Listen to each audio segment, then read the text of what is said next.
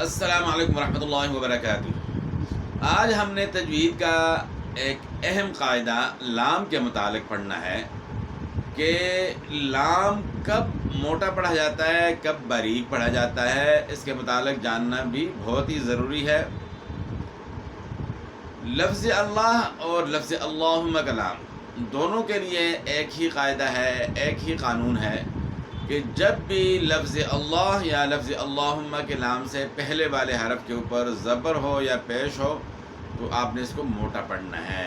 موٹا پڑھنے کا مطلب ہے کہ منہ بھر کر پڑھنا ہے، اپنے زبان تالو کی طرف اٹھے گی۔ موٹا پڑھنے کا یہ مطلب نہیں ہے کہ آپ نے ہونٹ جو ہے گول کرنے ہیں اور آواز کو موٹا کرنے کی کوشش کرنی ہے، بلکہ زبان تالو کی طرف اٹھے گی اور لفظ اللہ یا لفظ اللہم اس کو آپ نے موٹا پڑھنا ہے۔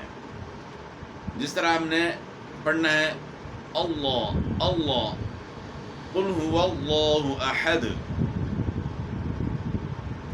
اللہ الصمد، اس طرح اللہم۔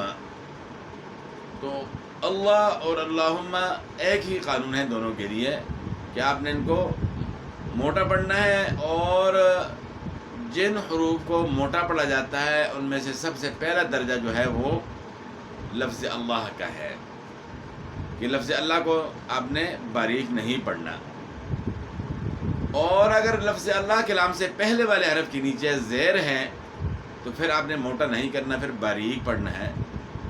جس طرح بسم اللہ، اب بسم اللہ کو ہم نے جو ہے نا کیوں موٹا نہیں کرنا؟ اس لیے کہ بسم اللہ یہاں جو ہے لام سے پہلے والے حرف کے نیچے زیر ہے، تو اس لیے یہاں ہم نے لفظ اللہ کے لام کو باریک پڑھنا ہے، موٹا نہیں کرنا۔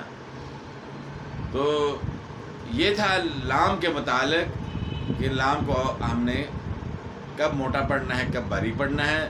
تو اس کے متعلق اگر آپ نے پھر کوئی بات پوچھنی ہے تو کمنٹ کر کے پوچھ سکتے ہیں۔ تو اس کے بعد انشاءاللہ ہم نے جو ہے را کے متعلق پڑھنا ہے کہ را کو ہم نے کب موٹا پڑھنا ہے، کب باریک پڑھنا ہے۔ تو را کے بھی جو ہے تھوڑے مختلف قواعد ہیں، تو اس کو بھی جاننا بہت ہی ضروری ہے۔ تو لفظ اللہ کلام کے متعلق جو ہے یہ مختصر قاعدہ تھا جو ہم نے آج پڑھا۔ تو باقی ملتے ہیں اگلی ویڈیو میں۔ والسلام۔